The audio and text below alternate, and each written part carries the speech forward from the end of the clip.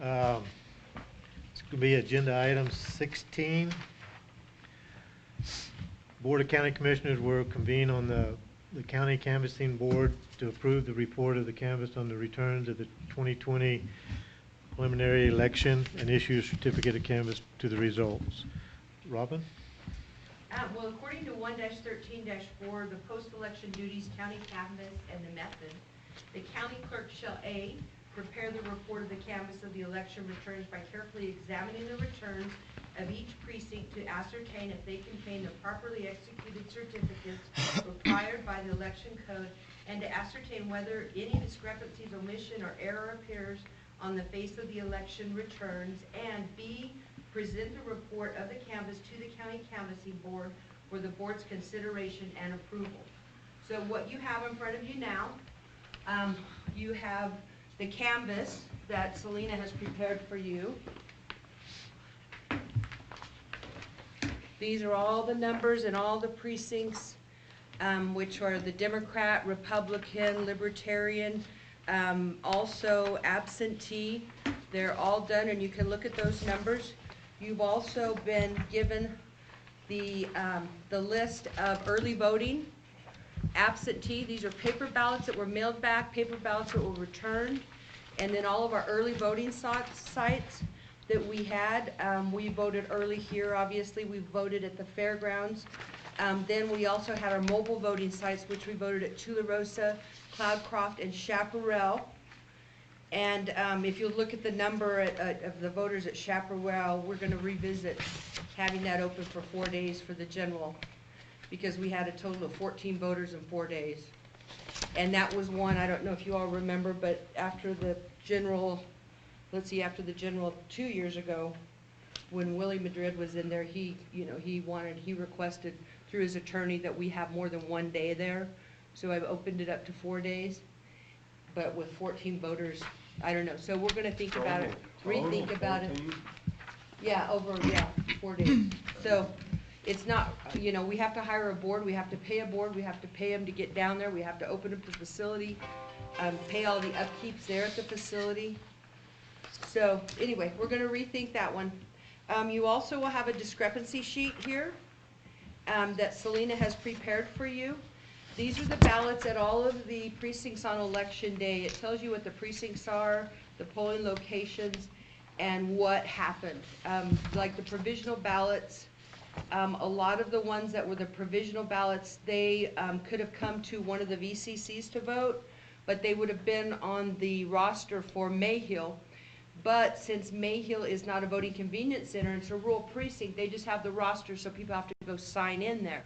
Well, when they come to a voting convenience center on election day, we don't know whether or not they've already been to Mayhill and voted, since we are not connected electronically, so they have to vote provisional.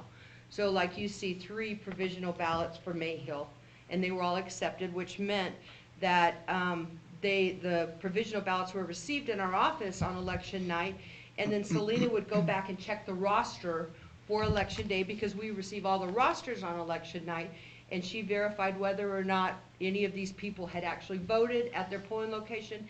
If they did not vote, then their ballot counted. So that's pretty much, as you go through and look at the discrepancy sheet, you see the answers to all that. And then I think also, okay, she's also provided you with the absentee discrepancy sheet.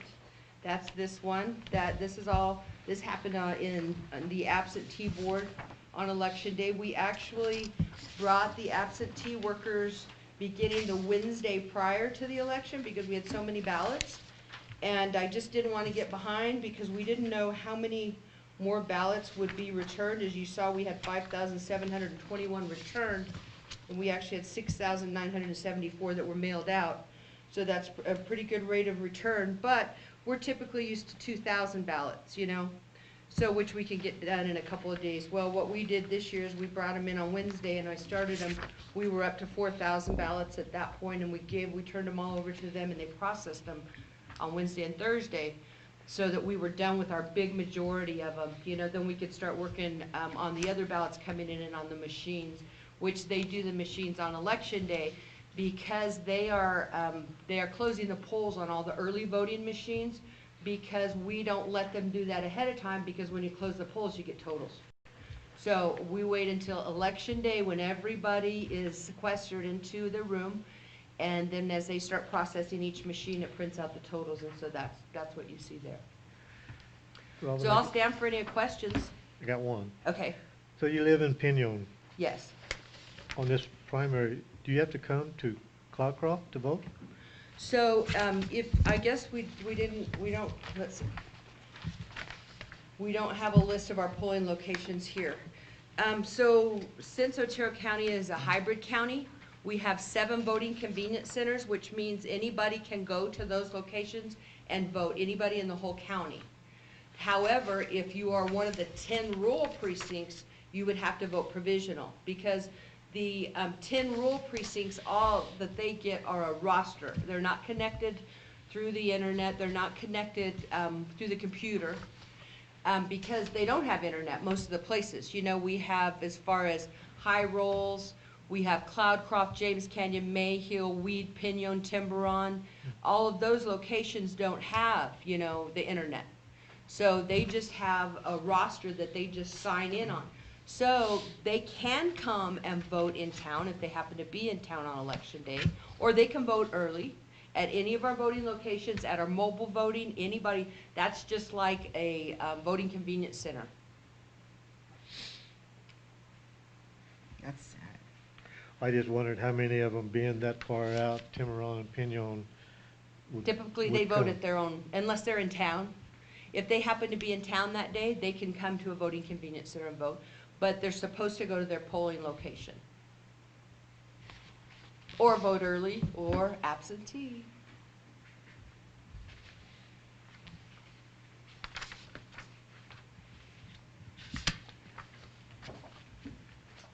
So what percentage is this of the registered voters did we get? I think didn't we figure it was about 42%? It was 42.45. Yeah, that's what I thought. That's probably pretty. That was really good. That's a That's- really good that's percentage for huge. us. Yeah. That's huge, because last year, for the November election, we had 14.2%. So that's huge. Of course, that was a local election. It was a little different, Right. but yeah, it's a big jump. So it's still, as far as November goes, it's in person. We have not heard anything. The Supreme Court that ordered, the state Supreme Court that ordered that we mailed out the application, or that the Secretary of State's office, that was only for the primary election. So as far as we know, the general election will go on as normal. And I wish they would put some stronger safeguards in place, you know? I mean, it's just unbelievable when you go in to vote, all you have to do is have a social security number and or a birth date and a social security No, number. your or is it- address, No. your name, and your birth year. Yeah, but you don't even have to have any documentation, you just say it, so. Well, and you know, the way that New Mexico handles it, what their voter ID is that when you register to vote, you either register in person, where we see a person, or if the first time you register is by mail, you have to send some form of ID. If you don't show any form of ID when you register, and we have never seen a person with that affidavit, the first time that you go to vote in person, you have to show ID. So we always have to, at one point, have a person connected to an affidavit, to voter registration.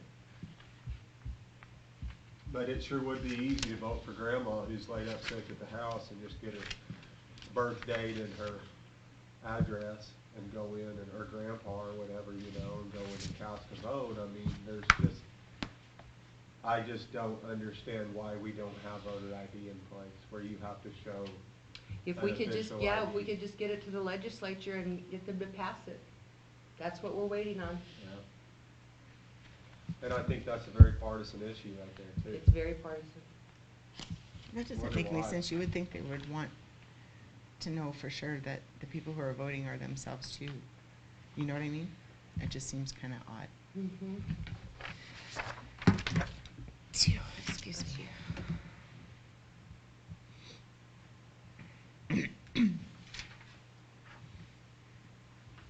Well, let's hope you stay busy. I was surprised at the number of the early voters here at the administration building. versus fairgrounds and stuff like that. That was 1,400 to 640, 1,489. Of course, you realize we started voting 4 weeks prior to Right. the election and 2 weeks prior over there. But So that's that's half the still, time. yeah, that's still a lot of people that run through Oh, that building. we ran a lot of people through there. They were very excited to vote. I bet y'all are gonna be busy this November. I bet it's gonna be, this is a huge election year. I bet it's gonna Absolutely. be I think you're right. big time, I think especially you're by the right. time it rolls around. Yes.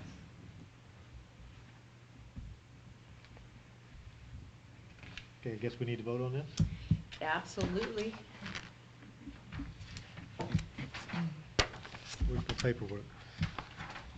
All right, I'd like to make a motion for the Board of County Commissioners, Ravine, for the County Canvassing Board to approve the report of the canvass of the returns for the 2020 primary election and issue a certificate of canvass of the results per NMSA 1-13-13. A second. All in favor, say aye. Aye. Aye. Aye. Thank you for all your hard work, guys. I know how hard you work. We have a great staff, you know, and with all of our poll workers and our extended election workers for early voting, we couldn't have done it without them. No, and it was a good crew coming in. You guys all were very happy, and because I hung out at the clerk's office, and I mean everybody's laughing and having a good time.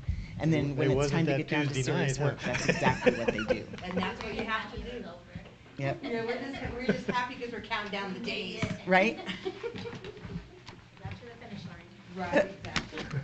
You get a minor reprieve for a few days, huh? Yeah, it'll be good. Did Thank you. you ever figure out those ballots for Borough Flats, you know, because they went to the polls that morning, they didn't have ballots, did they ever figure out what happened to them? No.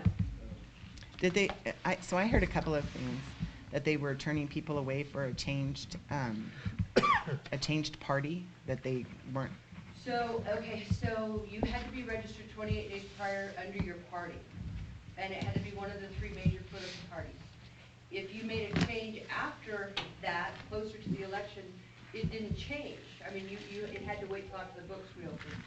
So if you were just declined to state, you couldn't vote in this election because New Mexico is the first primary state. You have to be affiliated with a major party. The reason we're having the primary is the Republicans are getting together and picking their candidate. The Democrats are getting together, picking their candidate, Right. and then the Libertarian, so that then everybody can vote in the general election. right.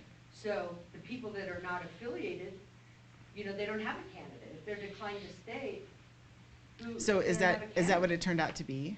Mhm. Okay, I was just looking to get the information back so that I could say, well, no, that this is actually what happened, so.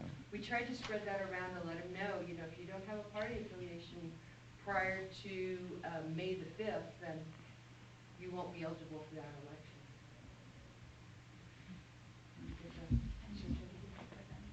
I'm sorry, they're over here. I was listening.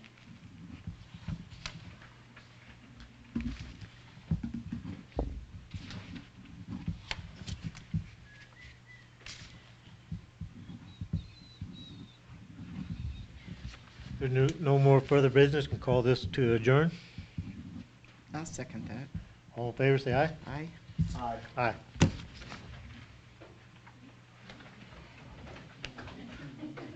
5 whole minutes, guys.